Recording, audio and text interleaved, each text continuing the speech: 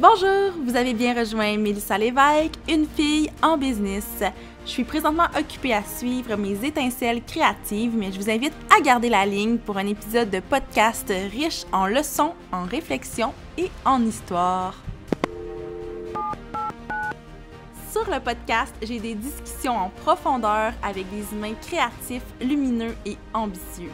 C'est aussi mon journal entrepreneurial où je partage mes histoires et mes réflexions parce que j'ai compris avec les années que plus c'est personnel, plus c'est universel.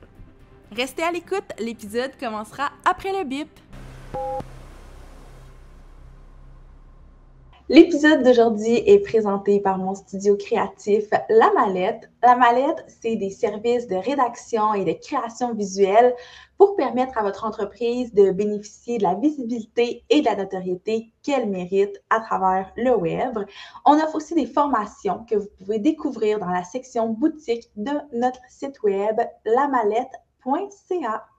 Aujourd'hui, je me suis gâtée avec une invitée que je voulais recevoir depuis un bon bout de temps.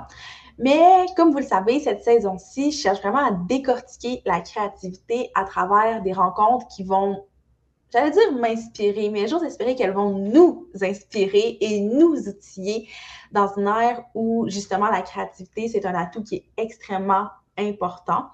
Donc, j'ai voulu échanger avec une de mes autrices québécoises préférées, Marianne Brisebois, qui a écrit entre autres le roman Sauf que Sam est mort et qui a ensuite écrit 4 autres romans. Dans le fond, je me suis intéressée à son parcours, qui est un parcours en psychologie et en communication avant de devenir autrice. Puis évidemment, on a creusé son processus créatif, sa façon d'aborder les histoires dans sa tête, de structurer ses romans. On a parlé aussi des outils qui l'aident à stimuler sa propre créativité. Et bien évidemment, je suis absolument pas déçue de cette discussion-là. En fait, ça m'a vraiment moi-même amenée à stimuler ma propre créativité. Donc, je vous en dévoile pas plus, puis je vous laisse l'écouter dès maintenant. Marianne, bienvenue sur le podcast Une fille en business. Comment tu vas? Allô Mélissa, ça va très bien. Merci de m'avoir invitée.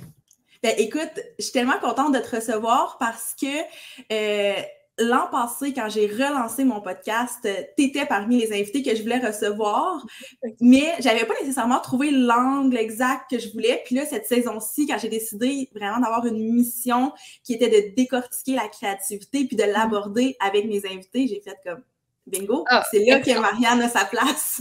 Super, j'aime vraiment parler de ça aussi, là, les processus créatifs et tout. Donc, je pense que, tu sais, bon, pour ce, je vais l'avoir dit en intro, mais t'es autrice, puis j'ai tout lu tes romans et je trouve ça super intéressant de voir les termes qui peuvent être très chargés, qui sont abordés, mais de façon, je sais pas comment le dire, parce que je veux pas dire que c'est léger, parce que c'est pas ça du tout, puis je trouve que ça peut être péjoratif, mais tu sais, c'est très réaliste, puis c'est captivant en fait, tu sais, on rentre vraiment dans ces histoires-là, même si on parle de deuil, même si on parle de troubles alimentaires, de rupture. Donc ça, à mes yeux, ça prend plein d'ingrédients, sensibilité, mais évidemment la créativité. Donc bref, c'est vraiment pour ça que je voulais qu'on en discute ensemble aujourd'hui. Mais avant d'entrer vraiment dans les processus créatifs et tout, je sais que tu as étudié en psychologie et en communication. Donc j'étais curieuse de savoir, juste grosso modo, ton parcours, comment t'en es venue à venir autrice? Oui, bien, en fait, c'est ça. J'ai fait 2 bacs. Mon premier, je l'ai fait en psychologie et ensuite, j'ai vraiment été passionnée par la matière en général, la psycho. C'est encore quelque chose qui m'attire vraiment. Mais, tu sais, je pense qu'on fait notre choix à l'université, on a à peu près 19 ans, puis on est moins comme... Je pense que j'étais moins capable de visualiser moi-même sur le marché du travail quand toute ma vie, ça avait été l'école. Fait que j'ai plus comme visualisé qu'est-ce qui m'intéresse plus au niveau académique. Puis j'ai vraiment aimé mon bac en psycho. Ben, aimé. Ça serait un autre podcast, là, mais ça a été des études qui ont été vraiment difficiles, mais après ça, quand j'arrivais au bout de la ligne, je me suis dit que je me visualisais pas tellement sur le marché du travail comme chercheur ou comme clinicienne, mais c'est quand même plein de choses que j'ai gardées dans mon bagage à moi qui me sert finalement beaucoup. même si on m'a tout le temps dit « ça t'aura servi à rien ». Écoutez pas les gens qui vous disent que des études vous ont servi à rien, c'est jamais vrai, études ou expérience de travail. Et c'est ça. Donc, ensuite de ça, là, j'étais plus en mode, OK, qu'est-ce que j'aime faire vraiment concrètement? Et c'est sûr que moi, j'ai toujours écrit, toujours beaucoup. Dès que j'ai su écrire, c'est ce que je faisais. C'était mes jeux quand j'étais petite. C'était vraiment écrire des livres, acheter des gros carnets, puis écrire des histoires dedans, écrire des chansons, écrire des poèmes. Et même quand j'avais 7-8 ans, là, quand on me disait, qu'est-ce que tu veux faire plus tard? Je disais toujours, je veux être écrivaine. Mais après ça, quand on grandit, on veut être réaliste. Puis c'est pas nécessairement une bonne chose d'être réaliste parce que des fois, ça nous rattrape puis on réalise qu'on est peut-être passé à côté de des choses qui nous passionnaient vraiment. Et j'ai fait un bac en communication parce que là, c'était beaucoup plus appliqué à ce que j'aimais faire. Je suis quelqu'un qui a beaucoup aussi d'analyse, d'esprit critique et j'ai fait un bac en relations publiques. Après ça, j'ai travaillé beaucoup dans le milieu communautaire. Je travaille encore aujourd'hui d'ailleurs pour le communautaire. Puis là, c'était beaucoup plus le côté politique, rédaction et tout ça qui me rejoignait vraiment. Puis voilà. Et parallèlement à ça, ben, j'ai commencé à écrire des romans quand la pandémie est arrivée, qui a un peu rattrapé cette envie-là que j'avais toujours eue d'écrire un roman, qui a été peut-être un peu mis de côté par les études là, qui nous épuisent peut-être tout le monde. C'est ça. Et après ça, ouais, là, cette énergie-là est revenue. Puis voilà. Puis, tu sais, tu mentionnes que, tu sais, déjà petite, tu voulais être écrivaine, tu avais déjà des projets de livres. Est-ce que c'était vraiment ton truc à toi? Est-ce que tu étais considérée, mettons, par les gens qui t'entouraient comme une personne créative?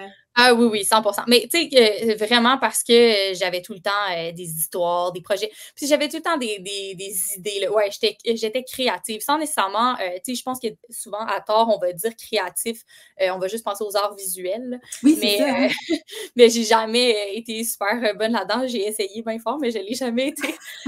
Mais tu sais, j'avais tout le temps des idées. Là. Quand j'étais petite, je me partais des projets avec des amis. On allait partir un magazine. Après ça, on allait partir... On inventait des choses comme ça, puis oui, qui étaient créatifs à la base, sans être dans les arts visuels ou le théâtre ou quoi que ce soit, mais oui. Et j'ai tout le temps été vue comme celle qui écrit beaucoup. Ce que les professeurs remarquaient de moi, c'était vraiment ça. OK, fait que c'était un peu l'étiquette. On n'aime pas parler d'étiquette, mais c'était quand même ça qui te collait à la peau depuis le début, là. Oui, oui, vraiment, vraiment. C'est très cohérent, là, tu sais. Oui, c'est ça. Oui, c'est très cohérent, oui. Puis, tu dis que là, c'est avec la pandémie que, bon, cette passion-là t'a rattrapé puis que t'as travaillé plus sérieusement, plus professionnellement sur des projets de livres. Est-ce qu'il y a eu comme un déclic? Est-ce que c'est le fait que, justement, t'étais pris entre tes quatre murs? Qu'est-ce qui s'est passé? Mais en fait, c'est qu'avant la pandémie, j'avais eu comme pour la première fois une idée de roman qui s'était installée dans ma tête. Avant ça, c'est pas que j'étais comme quelqu'un qui avait des projets entamés d'écriture, vraiment pas. Je savais que j'aimais écrire, mais je pense que le côté roman était peut-être un peu partie de mes projets parce que j'étais plus investie dans commencer ma carrière en communication. Oui. J'aimais beaucoup la job que j'avais et c'était plus là où j'étais. Mais vraiment, quand j'ai eu une idée de roman, j'ai vraiment senti comme... J'ai commencé à réfléchir à quelque chose qui a déboulé en « Hey, ça serait donc bien intéressant d'aborder ça à travers une fiction », qui était l'idée de mon roman « Sauf que c'est à mémoire », qui est mon premier roman. Puis c'est ça. Puis finalement, à un moment donné, j'ai eu un soir où j'étais toute seule, puis je me suis dit hey, « Je pense que je vais commencer à écrire ça », qui a peut-être été un chapitre ou deux. Puis après, la vie a repris son cours et je l'ai comme juste laissé de côté, mais j'y pensais pas. C'était pas non plus comme, c'est un projet que je remets à plus tard. Tu sais, c'était juste comme, je sais pas, j'avais écrit ça, puis là, c'était de côté un peu. Puis finalement, quand la pandémie a commencé, qui était pas longtemps après ça, qui a finalement été un bon timing, là, même si c'était une période de notre vie qu'on veut oublier. Mais là, en fait, j'avais des très bonnes conditions de travail dans l'organisme où je travaillais, où la plupart des employés avaient des enfants et ça a été une gestion très difficile. Donc, notre horaire de travail a été réduit à 4 jours semaine et comme tout le monde, on était confinés et en télétravail. Puis moi, j'étais vraiment la seule là, de mes collègues qui n'avaient pas d'enfants et mon projet qui a été finalement de cette journée-là que j'avais de congé pendant cette semaine-là, parce qu'avant, j'étais à 5 jours, là, j'étais tombée à 4. J'ai vraiment eu, là, quand on a fait, OK, là, la pandémie, c'est pas juste une histoire de 2 semaines. Là. Oui, c'est ça. Ouais, j'ai vraiment repensé à ce roman là, qui n'en était pas du tout là, que j'avais commencé, puis je me suis dit, hey, je vais me réinstaller, puis je vais écrire. Et là, il y a vraiment quelque chose qui s'est produit, là, mais j'ai connecté à 100% avec c'est quoi mon processus d'écriture à moi, c'est quoi quand je me mets à écrire moi, c'est quoi l'espace que je me laisse pour ça. Puis là, ça n'a pas été long que j'ai vraiment réalisé que j'étais en train d'écrire un roman puis que ça allait se passer. Et oui, j'en suis venue à bout très rapidement. C'est sûr que la pandémie donnait des conditions qui étaient quand même pas pires. Là. Et pour quelqu'un aussi qui n'a pas d'enfant, là, je répète, parce qu'il y en a pour qui ça a été totalement difficile de gérer la vie personnelle. Mais dans mon cas, j'avais pas mal de temps pour faire ça. Et voilà, donc j'ai vraiment appris que je pouvais écrire un roman, mais à ma façon, avec ce premier roman-là, qui est Sauf que sans mémoire, qui est un roman qui va toujours me toucher plus que les autres quand je vais recevoir des avis, des commentaires, parce que c'est vraiment, on dirait que c'est grâce à lui que j'ai appris que j'étais une autrice, en fait.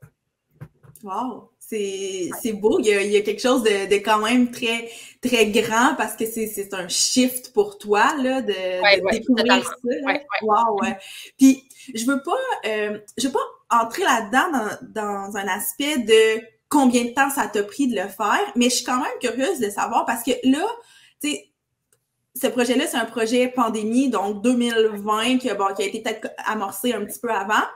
Et là, aujourd'hui, en presque l'automne 2024, t'es rendu à comme 5, c'est ça, hein, 5 romans publiés. Donc, je me demandais, est-ce que pour toi, j'imagine que c'est pas un processus qui est très, très long, écrire un livre, considérant qu'il y en a eu 5 en 4 ans, mais tu sais, sans entrer dans... Parce que, en fait, je t'explique, là, je veux pas que les gens tombent dans la comparaison de « Ah, elle, ça y a pris tant de temps, puis il faudrait que moi, ça soit ça mon idéal. » Mais juste pour comprendre peut-être un peu le processus. Bien, en fait, oui, puis je le dis toujours que moi non plus, tu sais, je veux pas qu'on s'imagine que je suis la fille qui commence en se disant « Là, ça me prend un check, 5 romans en tant de temps. » Ou, tu sais, même quand j'en commence un, je dirais qu'en fait, ce qui m'aide à écrire rapidement comme ça, c'est que je fais juste écrire sans penser plus loin, sans me dire il faut que ça donne tant de pages, il faut que je l'ai fini en tant de temps, parce que je me mets pas de pression. Je me dis,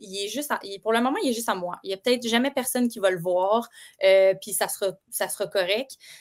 Donc, je me laisse aller comme ça. Mais aussi, c'est que je veux pas non plus que ça ait l'air décourageant pour des gens qui ont un processus qui est plus long, parce que pour n'importe quoi qui est créatif, il n'y a pas de recette. Il y a tellement de façons de créer à des rythmes différents que je pense que même c'est ça, moi, qui m'a freinée au départ à penser que je ne serais pas nécessairement quelqu'un qui écrirait des romans, même si je savais écrire, parce que je ne suis pas structurée. Pas du tout. Je suis en désordre dans tout, là, dans ma vie, dans tout. Là, on n'est pas chez moi, hein, parce que chez moi, là, ça ne serait pas clean de même. Là. Et c'est ça. Donc, et puis, je ne suis pas non plus quelqu'un qui aime ça, penser à l'avance. Fait que je me disais, je peux pas écrire un roman parce que je saurais jamais comment ça va finir mon histoire. Je peux pas savoir, là, maintenant, dans 200 pages, il va se passer quoi, puis dans 300 pages, il va se passer quoi. J'admire vraiment les gens qui sont capables de faire des petits traits entre les choses qui vont arriver, puis le personnage, puis tout. Parce que je trouve que c'est un cerveau qui est structuré, puis les cerveaux différents des miens me passionnent. Mais moi, justement, comme je ne suis pas structurée, voilà, on revient au début de la question, comme je ne suis pas structurée, j'ai pas de plan. Et puisque je n'ai pas de plan, pour que mon histoire ait du sens au final, il ne faut pas que je perde le fil. Il ne faut pas que je fasse de pause. Bien, pas il ne faut pas dans le sens que je me l'interdis, mais comment ça fonctionne avec moi, c'est que je commence à écrire en sachant très clairement qui est mon personnage principal. Moi, je dis toujours que je suis habitée par mon personnage principal comme on est habité quand on tombe amoureux de quelqu'un. On y pense tout le temps et tout ce qu'on vit nous fait penser à la personne et nous donne envie d'en parler et tout ça. Je connecte vraiment beaucoup avec mon personnage principal et je sais à peu près quand je commence, bien sûr, sa situation initiale et un petit quelque chose qui arrive dans le milieu qui en dit long sur justement cette situation initiale-là. C'est à peu près ce que je sais. Et je commence à écrire avec peut-être 2-3 chapitres qui sont déjà un peu clairs dans ma tête. Mais après ça, vu que mon rythme est ultra effréné, c'est que je suis en constante inspiration. Donc, je n'ai pas nécessairement besoin de prévoir à l'avance parce que je vais écrire mes 3 chapitres, mais après ça, c'est encore dans ma tête. J'y pense tout le temps quand je prends le métro, quand je marche, quand je fais l'épicerie, c'est tout le temps clair. Donc, quand je me reassois, j'ai encore du stock pour un autre 3 chapitres, mais sauf que je ne passe pas une journée sans congé. Tu sais, je n'ai pas de congé vraiment d'écriture. Mais tu sais, ça peut arriver. Surtout maintenant parce que là, je suis rendue un peu plus... plus habile, je pense, après plusieurs romans. Mais au début, c'était vraiment ça. Là. C'était totalement, je disparaissais. Je n'écoutais même pas la télé. Là, je faisais juste faire ça. Puis encore là, c'est pas pour dire aux gens que c'est comme ça que ça devrait marcher. Au contraire, je pense que plus qu'on est capable d'avoir un équilibre avec nos activités créatives, le mieux c'est. Mais moi, ça m'a permis de réaliser que quand on a plus un cerveau comme le mien qui n'est pas très organisé, ça peut quand même fonctionner. Puis ça fonctionne de cette façon-là, en me laissant aller, en sachant pas nécessairement précisément où ça s'en va, mais aussi je trouve que c'est en écrivant qu'on apprend à connaître nos personnages. Et donc, en apprenant à les connaître, l'inspiration va encore plus loin par rapport à eux. Tout le temps des choses que j'ai ajoutées que j'aurais jamais pensé à ça en commençant à écrire. Parce que justement, j'apprends à connaître mes personnages, puis plus j'écris, plus il y a de la place, plus ça devient concret, plus mon inspiration va loin et finalement, ça fonctionne pour moi. Ben, je trouve ça super intéressant parce que justement, parmi les questions que je voulais aborder, ben, les points que je voulais aborder avec toi, c'était vraiment, tu sais, le processus créatif pour, par exemple, construire une histoire, construire un personnage. Mais de ce que je comprends, il n'y a pas nécessairement de plan ou il n'y a pas nécessairement une fiche de personnage parce que, tu sais, je sais que c'est souvent enseigné, ça, de vraiment dresser l'espèce de fiche de personnage avec vraiment tout ce qu'on doit savoir sur ce personnage-là. Toi, ce personnage-là se construit au fil de l'écriture, c'est ça? Oui, puis aussi, tu sais, la structure, pour beaucoup de gens, ça va les aider à débloquer, d'avoir une structure, parce que sinon, c'est trop... Ou il y a des gens qui ont tellement trop d'idées en même temps qu'ils vont avoir de la misère à ce que ça débloque, puis à vraiment s'asseoir, puis à écrire, et en prenant le temps de décortiquer, justement, à faire des fiches de personnages, ça va les aider. Moi, ça me bloque, là. C'est plus qu'il y a de plans. Puis justement, moi, quand j'étais plus au secondaire, là, quand on avait des cours un peu plus de création littéraire, même au cégep, on avait même reçu à un moment donné un auteur là, qui avait expliqué comment il faisait son plan, là, puis je regardais ça, puis je me disais, mais je ne pourrais jamais écrire parce que moi, je ne vais jamais faire un plan de même, là, mais non. Mais encore là, tu sais, c'est ça. Ceux pour qui ça fonctionne, faites-le. Mais moi, non. Mais aussi, c'est que moi, mes romans sont très, très basés, sont beaucoup plus basés sur la psychologie que sur l'action. Tu sais, j'ai lu récemment une critique là, de quelqu'un qui avait dit ouais, on pourrait presque croire qu'il se passe rien. Mais tu sais, c'est vrai qu'il se passe rien, dans le sens qu'il se passe rien. Il n'y a pas d'action, il n'y a pas de tu sais, c'est sûr que si j'écrivais là, du policier ou du roman historique, là, je pense pas là, que de juste m'asseoir puis blablabla, ça fonctionnerait parce qu'il faudrait qu'il y ait quand même des choses qui se relient, tu sais. Enfin, donc, pour le type de roman que j'écris, c'est vraiment plus la psychologie des personnages qui fait l'histoire, le développement de la psychologie de mes personnages. Et moi, c'est vraiment en écrivant que j'ai l'impression que j'apprends à connaître le plus possible mon personnage en écrivant. Tu sais, il y a beaucoup de dialogues dans mes romans, leur répartie, leur unicité devient tellement claire dans ces conversations-là que ça me permet de pousser encore plus loin les thématiques que je veux développer avec eux. Donc, non, à l'avance, j'ai jamais vraiment développé mon personnage parce que j'ai l'impression que même si je faisais ça, je commencerais à écrire puis j'irais ailleurs. Vu que c'est en écrivant que je le connais. C'est ça. Cette fiche-là, finalement, ce serait accessoire. Là. Oui, comme quand j'étais à l'école, puis justement, on me disait « fais un plan ». À la fin, c'était plus ce qui était écrit. C'est ça. On fait un plan parce qu'il en faut un, mais au final, c'est pas un outil de travail. Ouais. Mais là, OK, j'ai plein de questions. Là. J'essaie de moi-même me structurer pour pas aller dans toutes les directions. Mais une chose qui me fascine, parce que je m'attendais pas à ce que tu me dises ça, qu'il n'y avait pas de structure, étant donné que il y a quand même des choix littéraires, de choisir d'alterner la narration entre deux personnages ou d'alterner entre le présent puis le passé. Ouais. Comment on arrive à faire ça si on n'a pas cette structure-là d'établie avant? Je suis vraiment curieuse. Oui, mais pour moi, d'écrire mon premier roman comme ça, sauf que Sam est mort, c'est une ligne du temps déconstruite. On va dans le passé, dans le présent, puis c'est même pas nécessairement en ligne, là, c'est pas passé, présent, ça... Non, c'est ça. Il y a des dates, là. C'est en fait ce qui m'a aidé à réussir à écrire un roman sans être structuré, parce que je pouvais juste avoir l'idée d'une scène qui se passait à tel moment, puis je l'écrivais. Puis après ça, cette scène-là amenait des éléments que j'avais envie de ramener dans le passé encore ou que j'avais envie qu'on en reparle dans le présent. Fait que ça a l'air d'avoir été pensé, mais en fait, non. En fait, moi, ce que je faisais, c'est que je me disais « Oh my God, là, j'ai tellement une idée de quand ils se sont rencontrés qui était même pas clair dans ma tête au moment où j'ai commencé à écrire le livre, que là, je l'écrivais, je faisais une scène qui était dans le passé. Après ça, je revenais dans le présent, puis là, ça me donnait, cette scène-là que j'avais écrite du passé avait comme ouvert mon inspiration sur un autre élément dont j'ai parlé, que, tu sais, tout d'un coup, je mentionnais que tel personnage avait une sœur, puis je disais, ah oui, là, il faudrait qu'on reparle de la sœur. Mais tout ça était très dans le flot de mon inspiration, générée par l'écriture de cette manière-là, alors que si on m'avait dit « écrit sauf que Sam est mort » de manière linéaire, là, j'aurais pas trop su là, où on s'en va, et... Puis aussi, c'est parce que Sauf que Sam est mort, étant donné que c'est un roman sur le deuil, pour moi, c'était aussi un roman sur l'amitié et les relations dans la vingtaine. Donc, je voulais pas que ce soit juste un roman sur le deuil qui serait juste linéaire à partir du jour où le personnage principal fait son deuil jusqu'à la fin, qui aurait été très triste, et on aurait aussi passé à côté de connaître Sam de son vivant et de comprendre pourquoi le personnage a un deuil aussi difficile.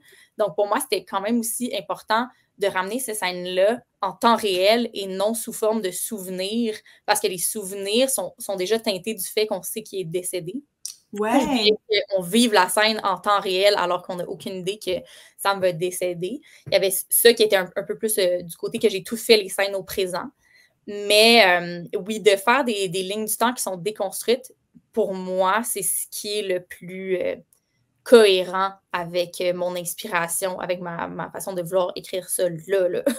Puis, ouais, exact. Pour l'instant, ça fonctionne, ça n'a pas l'air trop perdu.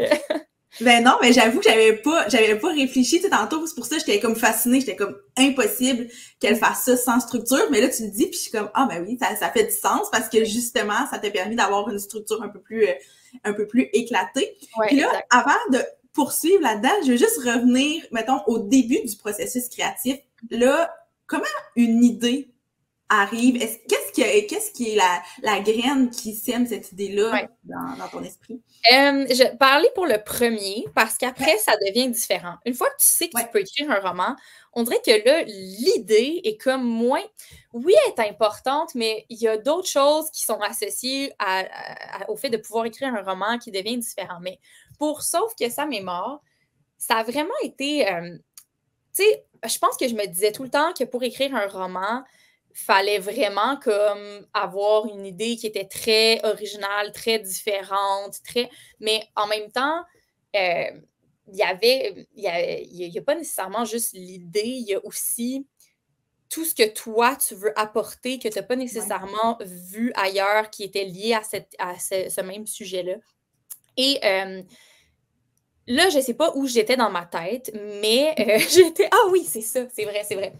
Bon, j'étais en couple avec quelqu'un pendant très longtemps, Et un jour, on dirait que je raconte une histoire, et un jour, il est parti en voyage pour son travail. Puis, il m'avait dit qu'il s'en allait dans le nord, là, puis c'était comme des avions, pas des petits avions là, de comme 10 places à l'intérieur. Ouais. Puis lui, il n'avait jamais pris l'avion avant, fait qu'il avait peur. Puis là, il disait, imagine l'avion s'écrase, blablabla. Puis là, il était un peu dramatique. Puis, ça a comme généré un flot de pensée le matin quand je savais qu'il était dans l'avion, où je me disais, hey, qu'est-ce que je ferais si mon chum meurt? Parce que j'avais... Non, mais là, ça a l'air drôle parce qu'il est zéro mort, là. Mais je me disais comme, c'est pas devenu tant moi, qu'est-ce que je ferais si mon chum meurt, que c'est quoi, en fait, parce qu'on était ensemble pendant vraiment longtemps et on avait presque tout en commun. On n'avait même pas chacun notre compte en banque. On avait un seul compte en banque. On était très chill, là. Il n'y a pas eu de drame par rapport à ça. On avait un seul compte en banque. On avait tout en commun. Je ne ferais même pas pu dire qui avait acheté quoi. Tout était tellement pensé ensemble.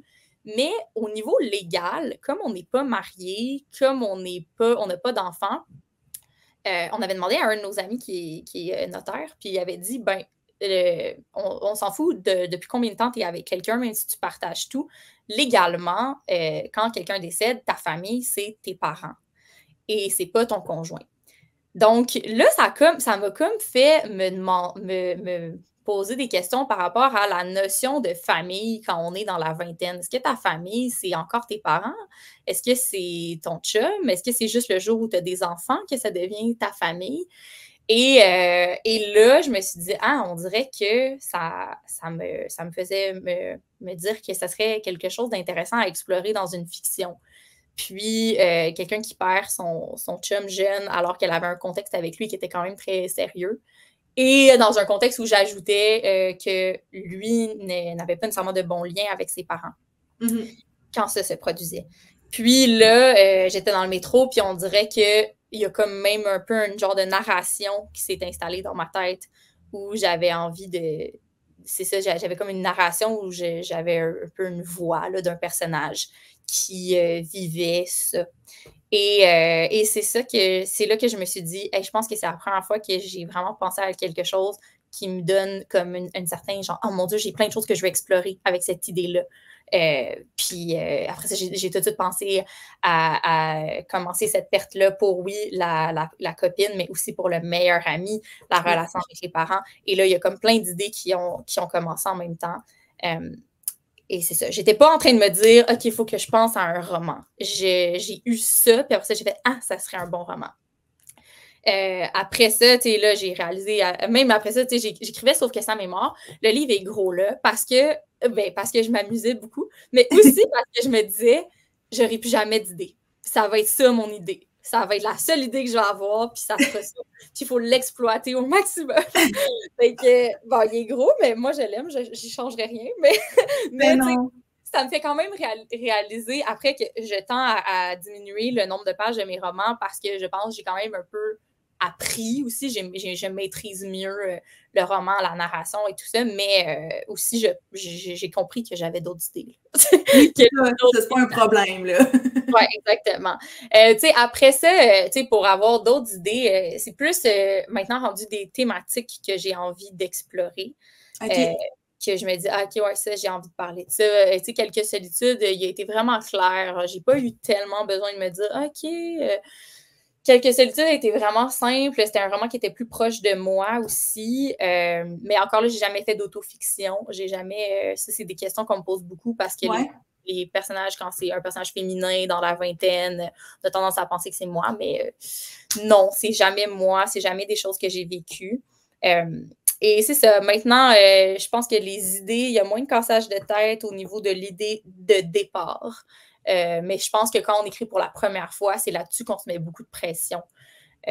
Mon conseil, ça serait que c'est pas tant, il n'y a pas tant de pression à avoir sur cette idée-là. Après ça, quand on commence à écrire, on comprend ce qu'on a envie de dire à travers notre idée. Ouais. Puis est-ce que tu as des outils, des rituels pour justement un peu stimuler ta créativité ou c'est vraiment, ça vient tout seul? Non, moi, c'est vraiment d'avoir de l'espace pour être inspirée. Donc, vraiment, ma musique, là, fois 1 million, là, j'ai besoin de... Pas pendant que j'écris, par exemple, quand j'écris, c'est genre, je suis dans mon lit avec la fan pour faire un bruit de fond, puis j'écris. Mais là, ça commence à être un peu plus des fois dans des cafés et tout, mais sinon, j'ai vraiment besoin de temps dans la journée pour marcher avec ma musique et y penser, puis avoir toute la place pour ça. Dans les transports aussi, j'aime bien ça. Là. Moi, faire 4 heures de bus, ça me dérange pas parce que je sais que ça va être pendant ce moment-là que je pensais, avoir du temps pour penser. Je pensais à ça l'autre fois parce que j'étais avec une amie elle me reconduisait quelque part, puis elle avait ses 2 petits jumeaux en arrière qui faisaient du bruit, puis qui se lançaient des choses, puis je me disais, oh mon Dieu, je pourrais pas penser à mon livre. Ça était comme, ouais, elle disait, si t'étais mère, je pense pas que le transport, tu l'associerais à ça. Mais des moments de solitude complète dans ma bulle, ben, tu sais, ça peut être quand je marche à l'extérieur. Ça, j'en ai vraiment besoin. Après ça, je trouve que, ben, si j'écris, il faut que je sache que j'ai un 3 heures devant moi. Moins que ça, ouais. Moins que ça, j'ai l'impression que je ne serai pas assez. J'ai vraiment besoin de me remettre dans la bulle, dans la voix de mon personnage. Fait qu'avant d'écrire, je vais tout le temps relire au moins le dernier chapitre que j'ai écrit pour me remettre dedans. J'ai besoin de savoir que j'ai beaucoup de temps. C'est rare qu'une séance d'écriture, pour moi, ça va juste être comme une page. Là. Ça veut dire que je n'étais pas dedans puis que j'aurais peut-être pas dû m'asseoir. Ça va être vraiment plus dense, plus long. Mais voilà, rien de plus funky. Mais non, mais c'est parfait. C'est tellement, je trouve que c'est tellement propre à chacun qu'est-ce qui va venir stimuler notre créativité. Il y en a qui disent, tu peux pas forcer la créativité, alors qu'il y en a d'autres qui vont dire, ben, c'est vrai qu'il faut pas la forcer, mais des fois, faut mettre en place des conditions qui vont faire en sorte que... Oui, c'est sûr, de mettre les conditions, parce que c'est vrai que c'est facile. Tu sais, comme là ici, je suis en Angleterre, c'est vraiment, tu sais, je suis arrivée en me disant, hey, je vais écrire là, parce que, genre, mais c'est tellement facile, des fois, de faire, ouais, bon, là, ça fait genre 4 jours que j'ai pas écrit parce que je me fais inviter à telle place, parce que tout est tentant, parce que, tu sais, c'est sûr que la pandémie m'a créé des conditions où il n'y avait pas de distraction, il n'y avait pas d'autres choses à faire. Là, c'est sûr que oui. Puis surtout quand on sait que ça nous fait du bien. Parce que moi, je le sais qu'à la fin, quand j'ai fini d'écrire, je me sens vraiment bien. Puis je suis fière de moi. Je suis contente que mon projet évolue. Donc, oui, c'est vrai que, tu sais, parfois, il faut essayer de les réunir, ces conditions-là. Mais quand il n'y a pas d'inspiration, moi, je force pas. Parce que je sais qu'au final, je ne vais pas nécessairement écrire ce que je voulais vraiment écrire. Si je suis comme un peu dans l'une, je suis pas là, ou je me sens pas super bien physiquement cette journée-là, ça va pas donner le meilleur de ce que je veux écrire. Fait que là, je vais m'autoriser de pas écrire. Là. De toute façon, je me mets pas vraiment de deadline, de pression pour ça. Mais c'est plus parce que maintenant, je le sais qu'une bonne journée pour moi, là, c'est que je vais avoir écrit. Puis je vais être contente, puis je vais être bien, je vais être énergisée. Ouais.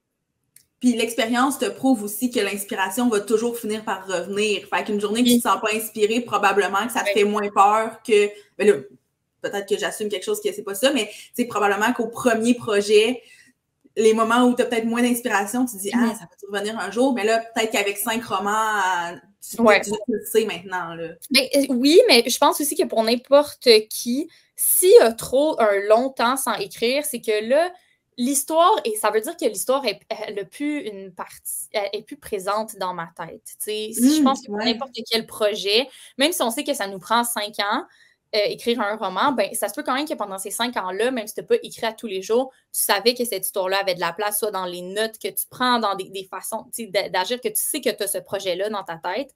Mais s'il y a un trop de temps qui passe, là, ça veut dire que l'inspiration ne peut pas vraiment revenir comme par magie parce qu'on n'y accorde plus d'espace dans notre quotidien. Même s'il y en a qui vont dire, moi, juste écrire 3 lignes, ça va être assez pour comme nourrir le fait que l'histoire reste dans ma tête. Ben là, c'est vrai que pour ces personnes-là, faites-le. Ça veut dire que l'histoire est encore présente.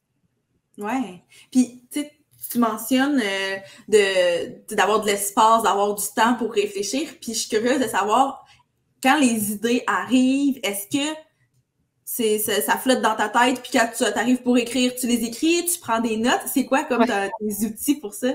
Ben, au début, pour Sauf que Sam est mort, là, c'était vraiment comme un genre de tu sais, l'emoji du cerveau explosé. Explose. Là, c'était plus comme, j'avais tout d'un coup comme une scène en tête, comme visuelle. Fait que j'ai jamais le fait de plan. C'était genre une feuille sur le côté de mon agenda que j'écrivais, mettons, tout d'un coup, genre un lieu là, qui m'a fait penser à ça, parce que là, je fais, OK, je pense à ça, ou tu sais, comme un mot, parce que les dialogues, des fois, commençaient un peu dans ma tête, fait que là, je mettais comme un mot ou un truc. C'était juste vraiment des mots-clés, parce que j'avais des pop un peu tout le temps. Mais après, on dirait que j'ai vraiment appris à ce que le récit ait sa place un peu dans ma tête. Des fois, j'ai vraiment encore des genres d'illumination par rapport à ça, surtout quand j'étais en processus vraiment intense. Mais je sais que je vais m'en souvenir, mais tu sais, c'est pas tout le monde qui est comme ça, mais je sais que je vais m'en souvenir.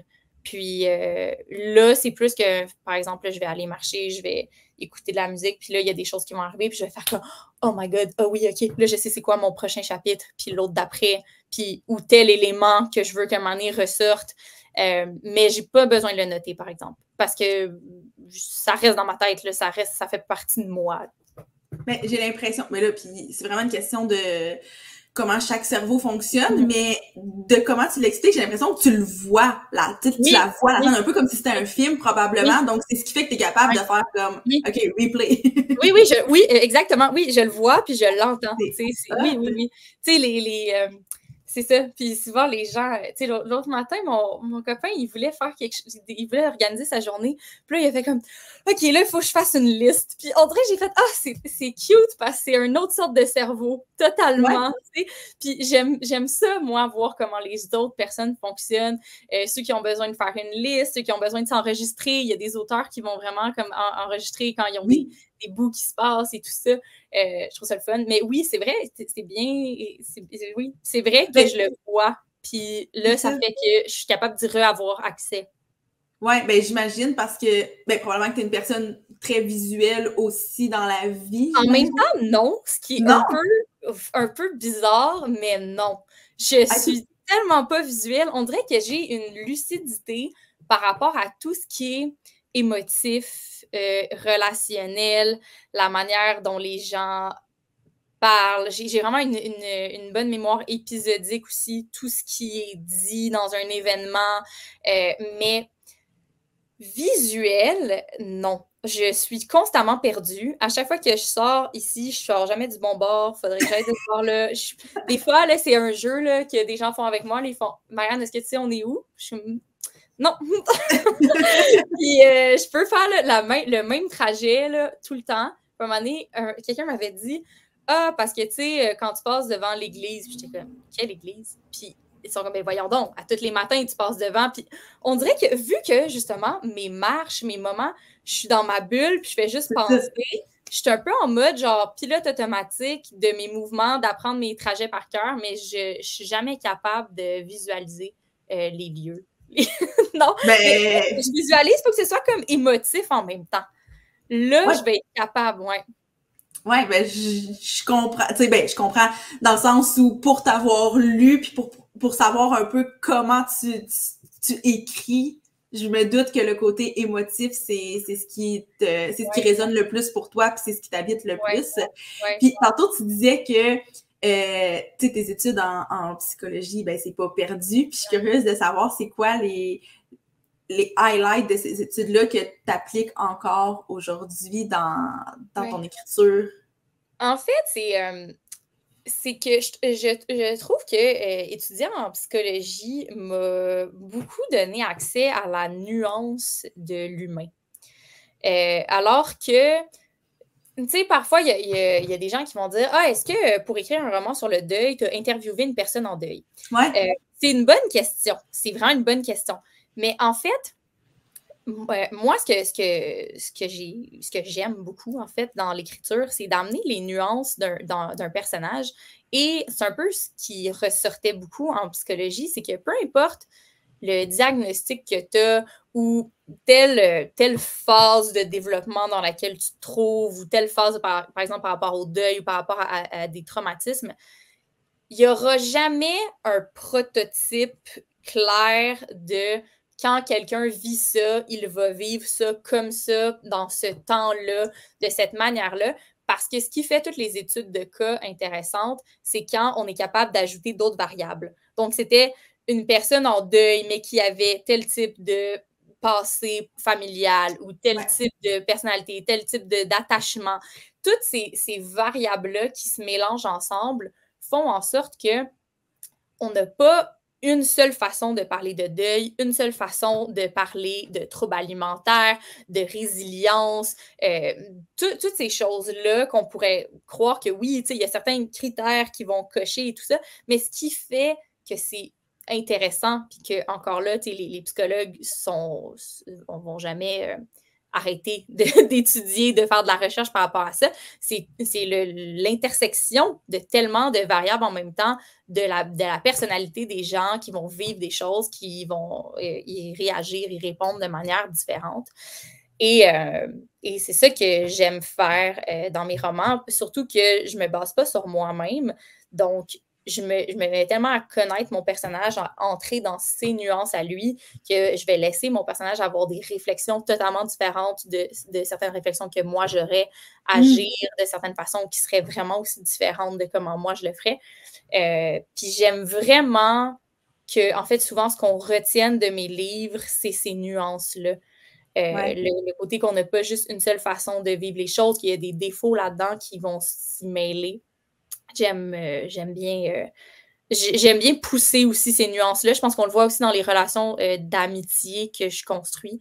J'aime ça quand la ligne est mince entre l'amour et l'amitié, l'intimité. C'est ça. Je dirais que c'est pas mal ça. Ce que j'en retiens, mais c'est sûr que, tu sais, ici et là, parfois, tu sais, surtout pour quelques solitudes, parce que j'aborde un côté de la santé mentale qui est beaucoup plus clinique, là, si on peut le dire. Mais encore là, j'y apporte beaucoup de nuances, un portrait qui est un peu différent de ce qu'on va voir normalement. Pour ce livre-là, par contre, comme il y avait des mentions qui étaient beaucoup plus en lien avec des faits, en fait, qui étaient très factuels par rapport à l'hospitalisation, la clinique, le diagnostic. Là, par exemple, je suis allée valider mes informations parce que mon bac date quand même de 2016. Donc, là, j'ai appelé un intervenant qui travaille encore aujourd'hui là-dedans pour vraiment valider ça. Là-dessus, c'est sûr que je vais faire de la recherche quand il y a ça, mais après, tu sais, interviewer des gens qui font juste vivre une situation, je pense que ça peut des fois éclairer un auteur pour aller plus loin dans certaines choses, mais ça ne serait pas dans l'optique de reproduire ça parce que ça peut tellement être différent d'une personne à l'autre. Oui, c'est ça. Ton personnage, il a sa propre personnalité. Fait que même si tu pars de l'histoire de quelqu'un d'autre puis tu la racontes dans les bottines de ton personnage, ça se peut que ça fonctionne moins bien. Oui. Puis comme dans Quelques solitudes, le personnage de Lily est en peine d'amour. Puis à un moment donné, elle va comme dire, on dirait que j'ai tellement vu des peines d'amour dans la fiction que j'ai l'impression que ma peine d'amour est comme un peu poche ou que je suis un peu insensible. Fait que, tu sais, là, c'est comme un peu méta, mais je trouve aussi qu'à cause de la fiction, parfois, on invalide des choses qu'on vit, ce qui est un peu spécial parce que ça reste de la fiction, mais on veut tellement avoir vu, surtout dans le cas de la mort, je pense, c'est très... en fait, c'est bien qu'on ne soit pas habitué à vivre la mort, mais souvent, quand on veut vivre un deuil, quelqu'un est décédé, nos références sont beaucoup dans les films, dans les livres. Et c'est là qu'on va dire, ben là, c'est-tu normal comment je réagis? Faudrait-tu que je pleure? Faudrait-tu que... Parce qu'on le voit dans la fiction. Donc, je trouve que moi-même, en m'amenant dans la fiction des personnages qui ont des réactions qui sont quand même différentes, qui ne sont pas nécessairement stéréotypées, ça ouvre la porte parce que le lecteur a aussi des propres réflexions sur ses réactions à lui, les choses qu'il peut vivre. C'est un des plus beaux cadeaux pour moi quand on me dit « j'ai été en train de vivre quelque chose de difficile, puis ton livre me fait réfléchir à un autre niveau, puis m'a aidé ». C'est ce que je souhaite. Ben oui, puis c'était un peu ça aussi que je voulais dire quand je t'ai introduit puis que je parlais du fait que c'était des thématiques qui étaient chargées mais qui étaient abordées de façon, j'ai employé le mot réaliste dans le sens où justement, tu sais, on est capable de l'appliquer dans notre réalité versus peut-être d'autres œuvres de fiction où c'est très soit dans le grand drame puis ce qui est valide aussi, mais c'est peut-être moins facile de s'y reconnaître. Puis tu parlais de nuances, puis je suis comme ah ben voilà l'ingrédient qui fait en sorte que c'est plus je sais pas, c'était très proche des personnes qui lisent tes romans, finalement. Mais j'aime ça que ça reste drôle aussi. Je pense aussi que c'est dans mes marques de commerce, c'est que j'aime ça, même quand on parle de des sujets qui sont difficiles, que mes personnages aient toujours une chimie entre eux qui va finir par être drôle, qu'il y aura quand même des dialogues, des réflexions, une façon dont ils vont se confronter, que oui, on va aborder des sujets qui sont difficiles, mais on va quand même rire. Je pense que dans chacun de mes livres, je souhaite que autant qu'on va pleurer, on va rire aussi. Ben, je pense que c'est ce qui fait qu'il y a une belle balance, puis que c'est pas justement une œuvre très, très lourde à lire, puis qu'au final, même si ça peut être très, très bouleversant, mais en même temps un peu réconfortant. Donc, je trouve que c'est une belle façon de présenter certaines thématiques.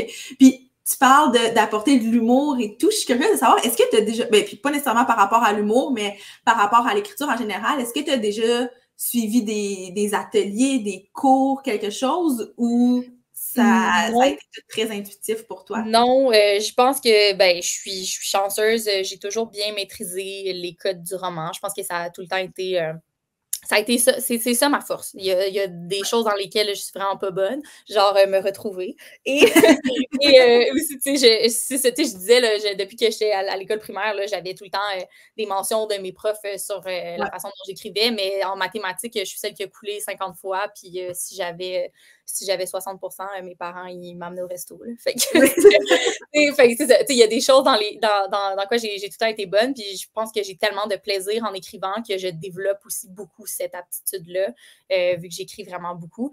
Mais non, mais par contre, je donne des ateliers d'écriture avec une entreprise qui s'appelle La Bonne Mine. Là, tantôt, j'ai beaucoup parlé que moi, je ne faisais pas de structure, mais encore là, moi, je ne fais pas de structure, mais j'ai une bonne maîtrise des codes du roman, surtout après avoir beaucoup fait de travail éditorial avec un éditeur et tout ça.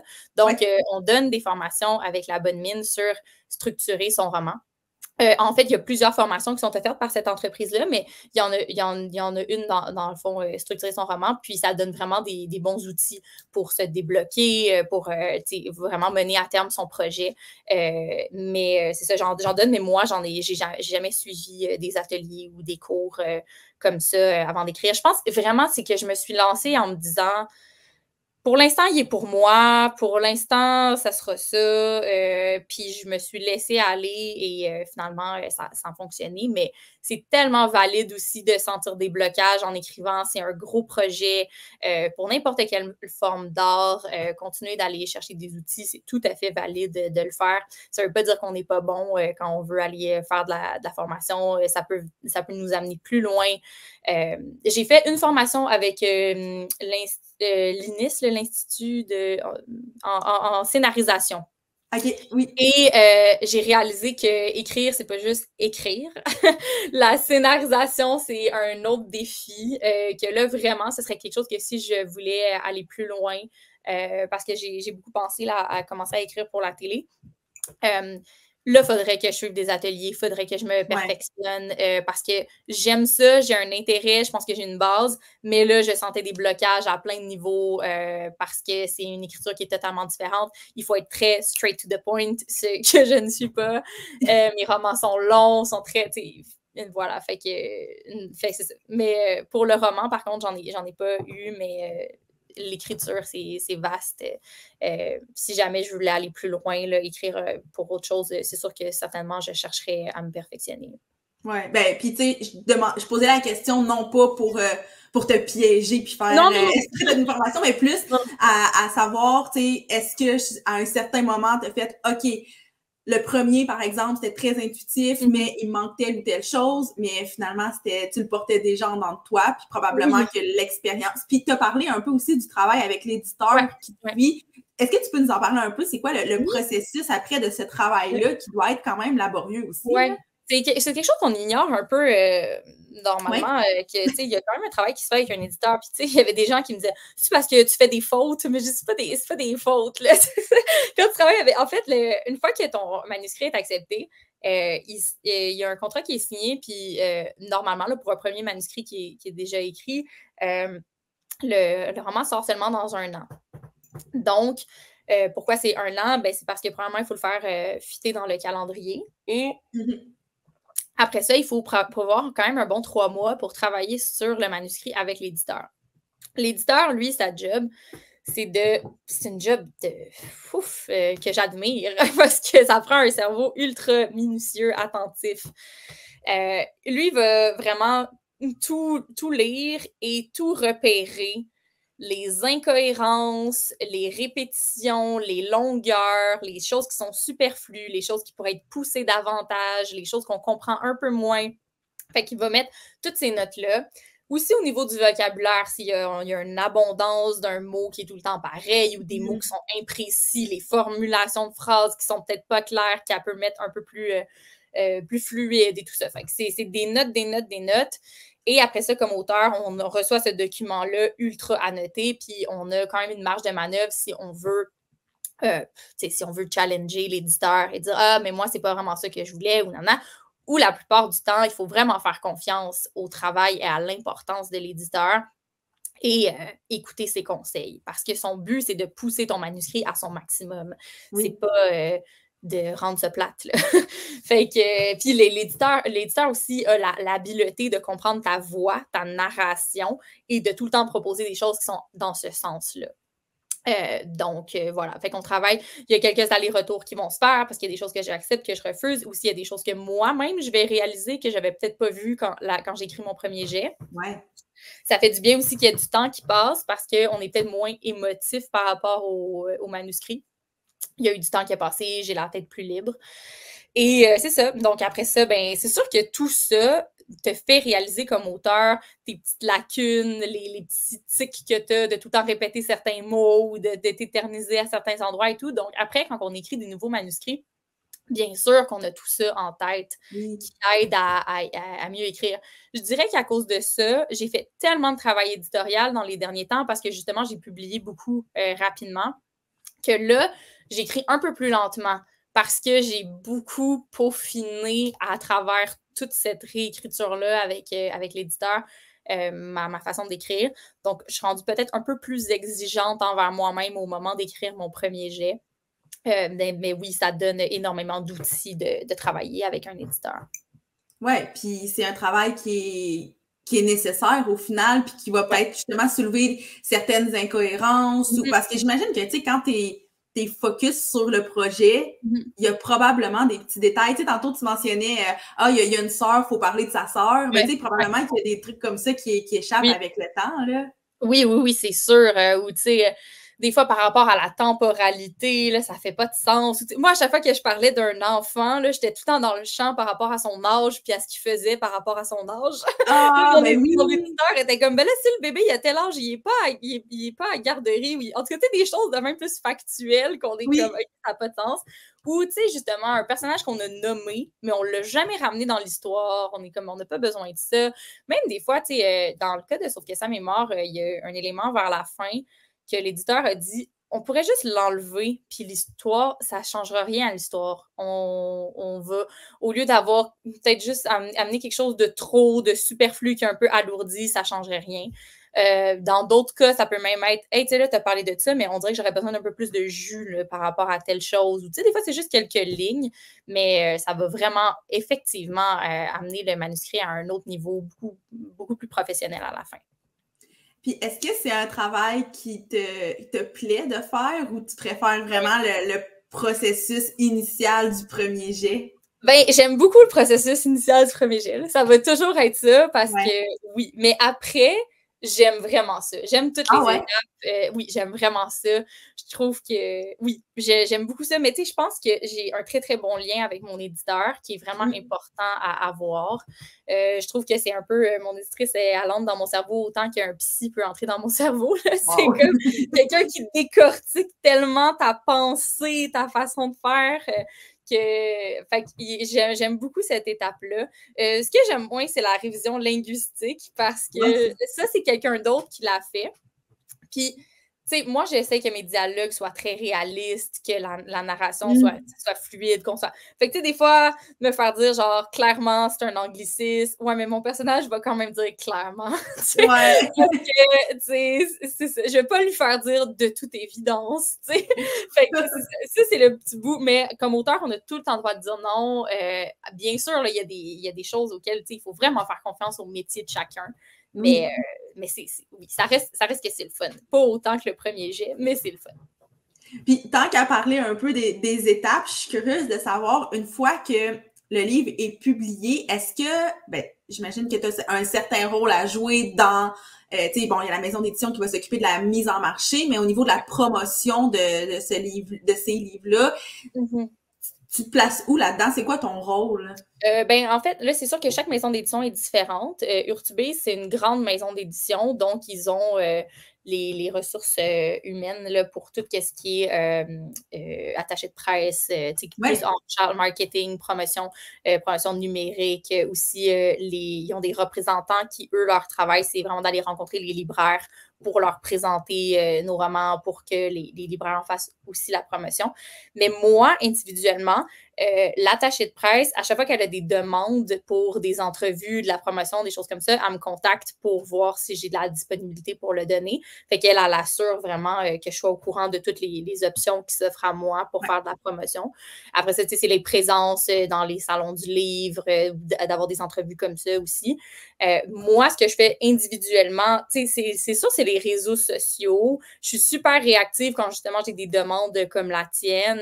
Ça me fait tout le temps ultra plaisir. Je me sens très présente. Mais je suis pas la plus... je me fais pas des stratégies réseaux sociaux là, toute seule. Tu sais, comme là, je vais faire un concours, des choses comme ça. Je fais pas ça. On dirait que, je sais pas, c'est pas mon genre. Mais c'est correct. C'est aussi que j'aime ça que mes réseaux sociaux, ce soit moi, genre, que ce soit pas un auteur qui a l'air un peu comme d'une personne inaccessible. Il y en a qui sont super bons là, pour faire des réseaux sociaux auteurs et tout ça. Mais non, moi, j'aime ça que ce soit moi qui prends des photos de mon café en Angleterre, là, puis que ce soit ça. Là. J'aime ça que ce soit moi. Et pas comme pas que ce soit comme un peu plus une page genre marketing ou vente et tout ça. J'aime ça parler de mes projets qui s'en viennent, annoncer mes nouveaux livres. Mais après ça, faire plus de promos, de pubs. Je trouve que ma maison d'édition fait un excellent travail à ce niveau-là. Oui, c'est ça. Je pense que toi, on est en 2024. Là, la façon de faire du marketing en ligne a quand même évolué avec les années. Puis maintenant, je pense de juste toi être là en tant que personne, en tant qu'individu, puis de partager ton quotidien, de partager ce que tu fais, ce qui t'habite. Je pense que c'est en soi une façon très, très organique de te promouvoir, finalement. Ben, j'aime ça, surtout montrer que je suis accessible. Tu sais, si des gens ont aussi envie de m'écrire par rapport à leurs réflexions qu'ils ont eues par rapport à mes livres, tu sais, justement des invitations comme celle-là, j'aime ça être accessible, j'aime ça parler aux gens, j'aime beaucoup parler aux gens. Fait que, oui, voilà. Mais tu sais, il y en a qui sont... Excuse. Il y en a qui sont super habiles là, pour faire des médias sociaux qui montrent leur processus d'écriture, qui font plein de choses comme ça. Mais c'est ça, de mon côté, ça ressemble à ce que ça ressemble maintenant. Là. Mais c'est parfait. Puis de ce que je comprends, de toute façon, tu as de l'interaction en privé, tu as des discussions avec des gens, puis ça, probablement que c'est très riche aussi, là. Oui, vraiment. Ouais, c'est vraiment le fun. Là. Tu sais, je dis tout le temps, les gens qui ont envie d'écrire à un auteur juste pour leur dire « Mon Dieu, ton livre m'a touché », faites-le. Là. Parce que une fois que le livre est parti dans l'univers, on dirait qu'on est comme « Ah, maintenant, il arrive quoi? » Est-ce que ça crée justement un petit... c'est-tu un petit deuil en soi de faire « OK, maintenant, j'ai plus aucun contrôle sur ce projet-là » ? C'est plus un stress parce qu'on a tellement travaillé dessus qu'à la fin, là, l'éditeur le lit comme 12 fois. Moi, je le lis, je le relis, je le décortique. À la fin, là, je suis juste comme, il n'y a plus rien que je peux faire. Là. Je l'ai trop lu. Je l'aime plus. Là. Je l'ai trop lu. Fait qu'une fois qu'il est parti, il y a un énorme soulagement. C'est comme, OK, là, j'ai plus le stress de je peux encore arranger des affaires. Il est parti dans l'univers. Mais il y a un grand stress de, mon Dieu, j'ai travaillé là-dessus. Puis maintenant, ce qui reste, c'est que des gens le lisent et qui fassent sa vie à travers le regard des gens, leurs interprétations, la manière dont eux vont se laisser habiter par cette histoire-là.